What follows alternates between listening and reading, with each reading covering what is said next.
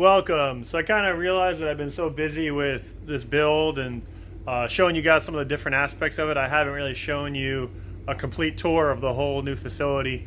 So I wanted to go ahead and show you how it's all come to be now. So for those of you who don't know, Myers Mushrooms came from El Paso. I sold the operation there, came here in March. It's about to be September, and we're finally in full operation. Still got a couple things to dial in and like fit and finish kind of things, like the doors aren't done, but it's a new 2,400 square foot facility. The facility was existing, and I went and gutted it, cleaned the floors, epoxied the floors, framed it all out, did electrical, plumbing, all that stuff, and I'll give you a tour real quick of how it's looking. So first you come in and it's the bagging area, okay? This is right near the garage door, and then on the side of the building is woods. This is my bagger. So this is the fast wet bagger. So it's taking the soybean hull and the fuel pellets and the water, which you should be able to see in that back right corner. So it's taking that and it's feeding them through these knife valves. Those two knife valves, measuring it out into the bags, and then that goes into the sterilizer. Okay, this is a Bubba's barrel, 110 gallon. Okay, and I got it with the PID controller. So I have this door here that I'll open up when I'm bagging it, and there's a piece of styrofoam for now, but it's going to be a door over there later too. So that way when you're bagging, the dirty air from bagging is not going into your lab, which is a clean room. Some bottles I'll be playing with. I actually have them for sale on my website if you want to check it out, myersmushrooms.com. I'll be playing with them pretty soon. Additionally, I have this bagger, which is handy for two purposes. Right now I'm teaching classes, so I show students simpler ways to dry bag than this fancy machine. We also use a tote, but it shows you how you can do it manually. And then the other thing is dialing this bagger in, you end up with some mixed pellets, getting all your weights right. So I use this cooler here as a storage bin, and for all the random mixed pellets, and then later on I'll bag it out in here. So even in normal operations, I'll probably use this every once in a while to get rid of those between calibrations on the dry bagger. As you can see, I have CPVC piping that runs around. I have a drop on each unit, on each machine, and then I also have just a drop for getting water. That then goes up and over to the fruiting room. It also goes into the lab right there. There's actually a T right there where I'm going to put a sink. And this feeds the sterilizer. There's going to be another sterilizer here in the future. So that's why it's bare like that. There's going to be a double door roll-through sterilizer. Just haven't gotten it made yet. So that's pretty much the bagging area. You can see I store my raw ingredients over here. Soybean hull and fuel pellets.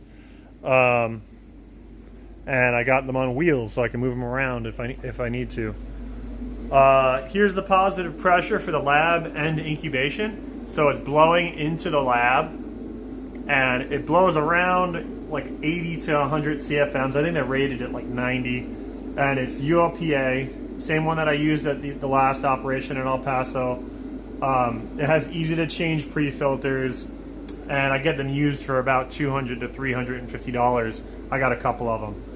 So that's always taking air from out here and blowing it into the lab, kind of filling it with clean air all the time, so that way I'm not dealing with contaminated air leaking into there. We're going into the incubation now. I have a foot bath, so I got there's actually bleach water I think in here. Yeah, bleach water, and that's so our feet get cleaned off. Here's the incubation. It's 22 by 20, so it's pretty darn big. Still just barely getting it filled, not even starting the operation up. I definitely wanted to have extra incubation space if needed. So I'll have plenty of space for doing like shiitake and maitake that take a little bit longer in colonization. And then you can see over here I have this is old spawn, but it's spawn, my spawn rack, a smaller rack just for spawn and cultures. And you can see I have some petri dishes just to check if the spawn is good, especially if I'm doing G2 spawn. I'll take the G1 spawn, put it on the petri dishes, and then also make the spawn the G2 spawn. That way I can see if that G1 spawn was bad. Here is the lab, okay? And it's not done yet. I think I'm actually gonna flip it. I think I'm gonna put the dryer to the left-hand side because it seems to flow better like that. That's how I had it in El Paso. It seems easier to seal and kind of throw it in there with your left hand rather than the other way. And then the other thing is the sealer, it's gonna be mounted vertically. So I got to build some bracketry to really make it sturdy. One of the issues that I ran into was it was jiggling a lot with the old mount. So I'm gonna build a really sturdy mount that goes to the bottom of the table, bolts to the wall, and then comes around the top and then down, and that's what the unit's going to bolt to. So it's the table and the wall and the sealer are all kind of bolted together, so nothing's moving. So yeah, in there is where the drum is at, and then also, I don't know if I didn't point it out, but I also have a trough set up that I have for overflow. That's what that door is for to push a trough into here. I have a 4 foot by 2 foot by 2 foot trough. In here I have a 1 ton mini split, but I quickly realized that it's a little bit on the small side. I probably should have done a 1.5 or a 2 ton in here. It's not that it doesn't cool it enough. It's that especially when it's really hot outside, when the positive pressure unit is blowing in 90 CFMs of hot air, and you're unloading 500 pounds of substrate that's at 150, 160 degrees. It gets hot, and the flow hoods are going and all that. It gets hot in here. So I should have gotten a little bit of a bigger air conditioner. It's not too late. I do have 220 ran back there. That's only a 120 volt setup. I do have 220, like I think it's a 10 gauge wire ran out there, so I could easily upgrade the unit. And here is a 2 ton. So far it's looking like it's a good size, especially with that other air conditioner kind of pre-cooling the air that's getting blown into here. Continue on the fruiting side, because this, as you can tell right now, we're only touring half of the facility.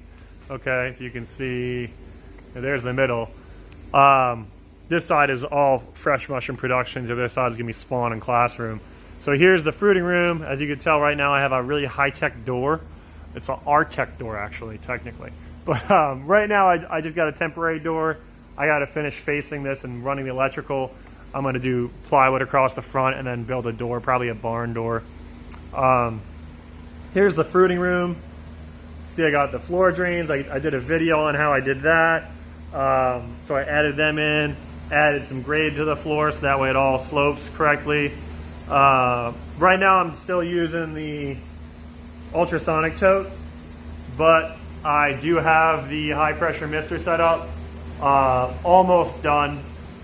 I'm just finishing up the last couple steps. You can see those are the nozzles there. They're not running right now, and the fresh air is coming in up there from the pre-chamber, which I'll show you in a second. So I just rotated out. I actually just harvested like 110 pounds of mushrooms off of these blocks. So to give you an idea of how much space you need, I did 110 pounds in 1 week in that one little space. So I could probably do upwards of 400 to 600 pounds per week in here if I can get the demand, which I'll get into later. I also got some lion's mane growing in here. These are actually second flush. Those are ready for harvest. Ready for harvest lion's mane. And you can see, especially on the second flush, the bag pulls away.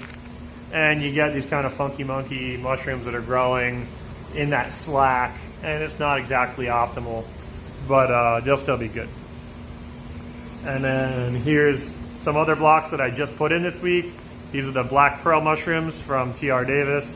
I'm using his spawn, and I just put them in yesterday, so right now I'm fogging a little bit heavy. I got my exhaust completely turned down, which is another thing I'm going to work on. This exhaust is a little bit much. I think what I'm going to end up doing is, for now, I'm going to have those dampeners screwed in a little bit. I'm going to put like a set screw on it, so that way, or maybe a heavier spring, so they don't open up as much to restrict the airflow. But eventually, this is going to be getting a water to air exchanger. I have some 19 by 20 inch heat exchangers, triple pass heat exchangers. they're going to go one here and then one up in the preconditioning room, which we're going to next. And that should slow down the flow because it'll be a restriction. So that what that'll be doing is it'll be taking the cold air from in here, and on its way out, it's going to pass through those coils. It's going to pick up that cold temperature, and then there'll be some PEX lines running up there that are going to feed another exchanger that will be cooling the air from outside. So the air will go through another heat exchanger first before it goes through the air conditioner, and it'll pre-chill it before the air conditioner. Pre-chills it even more. So it's recapturing the energy. I'm also looking at doing a well setup. So I'm out here. I got my house is on and we're now going upstairs. My house is on city water, but I also have an irrigation well. So the only thing with the irrigation well, there's no expansion tank and expansion tank or like holding tank, whatever they are. So I got to get me one of them, and it's gonna have to be like 120 gallons or bigger. So I got to spend like $1,000 or more to get that well online to where I have like tap water off of it, to where I can turn on a spigot and water will flow. But what I'm getting at is I will use that, not this year, summer's already over, but I'm going to use that to having another coil in there, and I'll cover it when I get there, but I'm going to have the air coming through the exchanger coils where it's recirculating, and then also have the well water and then the air conditioner. So a lot of times the air conditioner won't even have to do much because the well water is like 65 degrees. So here's the preconditioning room. A little messy up here because we had a issue with condensation. So I had a lesson that I learned. The lesson is that you have to have, like, I think my brother was saying a third. My brother used to do, Dennis, my older brother, he used to do insulation, like spray foam insulation and vapor sealing and all that stuff. And we were talking about, I was telling him that I had moisture issues. So what happened was there was condensation all against here on the fiberglass. That's why all the fiberglass is everywhere, because I just ripped it down like the other day.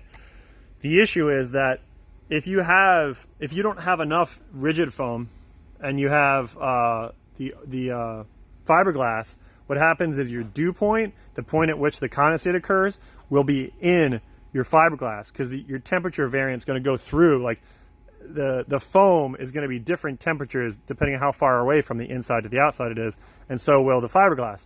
So the issue was that the fiberglass was at that point, at a temperature point where it was condensating a lot. Like, I'll show you where it was really bad, especially over here. You can see there's a little bit of water damage, and this operation was only in operation for a week. You can see that stud is all wet. Now, if I wasn't paying attention and I never came up here, it probably would have been disaster. It probably would have been, the water damage would have leaked down, rotted out the insulation above in the incubation room, rotted out the sheetrock, and it would have been a nightmare. So, luckily I saw that, and I'm going to be adding more rigid foam and not doing the fiberglass insulation. And then I will be using some spray foam. I bought a kit, like a froth pack kit or whatever the heck they're called. It was like $300. But I bought a kit, and that'll be for vapor sealing it. So I'll be shooting it around. I'll be window framing it, or picture framing it as they call it, where you put the foam up and then you shoot around the joints to seal everything in. So, sorry if I'm getting a little bit in depth, but let you guys get the full tour and the full update on everything that's going on. This is the preconditioning room. Again, it's not done. I'm going to do more insulation, and I'm also going to make a better setup for the intake filter. That's a temporary stick on a filter, but it works. And then that's set at 62 right now. The air comes in from out there, gets circulated. This deflector kind of thing, which I'm going to rebuild a little bit more heavy duty, is blowing the cold air from the bottom side into the intake fan. That way I can still easily service that. I'm actually going to build a rigid kind of something like that, but put together, that I can take and move out of the way, service that air conditioner, and then yeah, so that's the idea. That way I don't have to jerry rig it like this. It'll be like a legitimate kind of little movable duct. So yeah, that's that. And then for now I have I have this latch to latch it shut for when I'm done, you know, and it holds it pretty darn tight. From there, this is the outside of the fruiting room. You can see that's the compressor. You can see the misting setup that I have here. Still working on it. I'll do a video specifically on that. It's a 1000 PSI misting setup. And let me get away from it's a 1000 PSI misting setup. So I'll have that hopefully up and running tomorrow. And I can get rid of that choke. It'll be a lot lower maintenance than the choke, because all you got to do is swap out the tips and clean them every once in a while, and then like once a year change your filter and change your oil in the pump. So unless chance of contamination with issues with the contamination inside the tote spreading around, like with ultrasonic or even the hydrofoggers, you run into issues with the reservoir getting dirty and then getting like bacteria and yeast and all kinds of nasties in it, and then that gets spit all around your room and it just causes a headache. So continuing the tour, that's the messy back area. This is the autoclave. So I don't think I've really done a video on it. I know I've shared some pictures. It's a double door autoclave. It's from medical, it was a medical company that, you know, got rid of it, bought it at auction. But it's probably broken. I got it, you know, the electronics or controls are probably broken, but physically it looks pretty good so far. Still haven't it got checked out, but it's double door. So it has a door here and then a door on the other side. It has what is, I believe they call it a clean clean steam generator. So this is made to run at 150 PSI of steam. So 150 PSI of steam goes to the outside of this. And then there's it's a heat exchanger. So there's tubes inside of there with distilled water. And that distilled water gets boiled off at a lower pressure, like 15 PSI. And then that is what goes into the sterilizer. So the whole point of it is that, especially for medical equipment, you don't want like dirty, rusty boiler steam getting all over your scalpels. So this makes it to where everything is stainless steel. I'm not sure if I'm actually going to use that or not. I might just bypass the whole thing and just do straight up, boiler steam right into it. But I still got to figure out what kind of boiler I get. So if I get a high pressure boiler, I will use it, maybe. If I got a low pressure boiler, I would probably just bypass the whole thing. So here's the other side. Here's the lab, the spawn lab. The reason why I have a separate spawn lab is so that we can be ultra clean over here, and then over in the sawdust lab you can be pretty sloppy. This is going to be more of like a clean room kind of legit setup, whereas over there it's kind of the wild west of clean room. Here's the incubation for spawn. Not very big, but I mean, I don't plan on doing a whole lot of spawn. I plan on doing maybe 100 or 200 bags a week. And then this is like the scrub in, scrub out room / storage room. I don't want to have clutter inside the clean area room, so that's what I have this little room for. It's for hanging up my coveralls, storing any kind of petri dishes or whatever, and so that way I'm not hauling it or storing it inside the lab where it's going to collect dirt and be a contamination vector. Over here is the overflow area. So right now it's a classroom. Eventually the classroom is going to go up top. And then the plan is that down the road, I didn't want to build all this out. I could have built another fruiting room over here, or I could have built a bigger incubation. But I'm not sure what I'm going to be doing here. I'm not sure where I'm going to be doing most of my business. So the other thing is the bag sales. So maybe this will be where the bag sales happens, and I can bring pallets in here. So this area is kind of like to be determined. If I find that I need to grow 600 pounds a week or 800 pounds a week and that's not big enough, I can build another fruiting room here. If I find out that I'm selling, twice as much spawn as I projected, then I can build a bigger colonization room over here for spawn. So, or I could just have it be the bag selling area for the unicorn bags, the grow bags. So, that's pretty much why I left this area blank. And we'll see how it comes in the future. So that's the facility. That's the full tour. Like I said, it's not done. I still got to do obviously some painting out here, a little bit of the doors and things like that. Just playing around with all that. But for the most part, it's up and running, and pretty excited. Now the hard part is selling it all. So right now I'm just dealing with trying to get my first couple clients and try to get the sales going. So yeah, which is turning out hard just because I've been so busy building everything that I haven't really focused on networking and finding chefs. So I'm kind of scrambling at the last minute. So, but yeah, that's pretty much it. Hopefully you liked my video. I know it was long. I know I'm rambling about a bunch of different stuff, but I wanted to try to give you the fullest detail on everything that's going on. And yeah, hopefully you liked it. And I'll do another video once everything is done, which probably won't be for another year. For those of you who don't know, I'm shipping out in a couple weeks. I'm going to the Middle East. So I'll be out there with the Air Force, doing my thing, doing my job, my real job. And when I come back, I'm going to hit it hard and finish up the spawn setup, try to get a boiler while I'm away, and get this place 100% up and running for 2020. So yeah, hope you like this. Make sure you give it a thumbs up. Check out patreon.com/MyersMushrooms. Support my channel, support what I do, sharing knowledge, teaching, just being a good mushroom guy, And if you guys need bags, hit up MyersMushrooms.com. Also, if you want to buy equipment like that bagger, MyersMushrooms.com. I got them available with about a 2 month to 3 month lead time. Hopefully we're going to get that down to around 2 or 3 weeks, but time will tell. So until then, take it easy. Keep on mushrooming. Have it easy. Have a good one.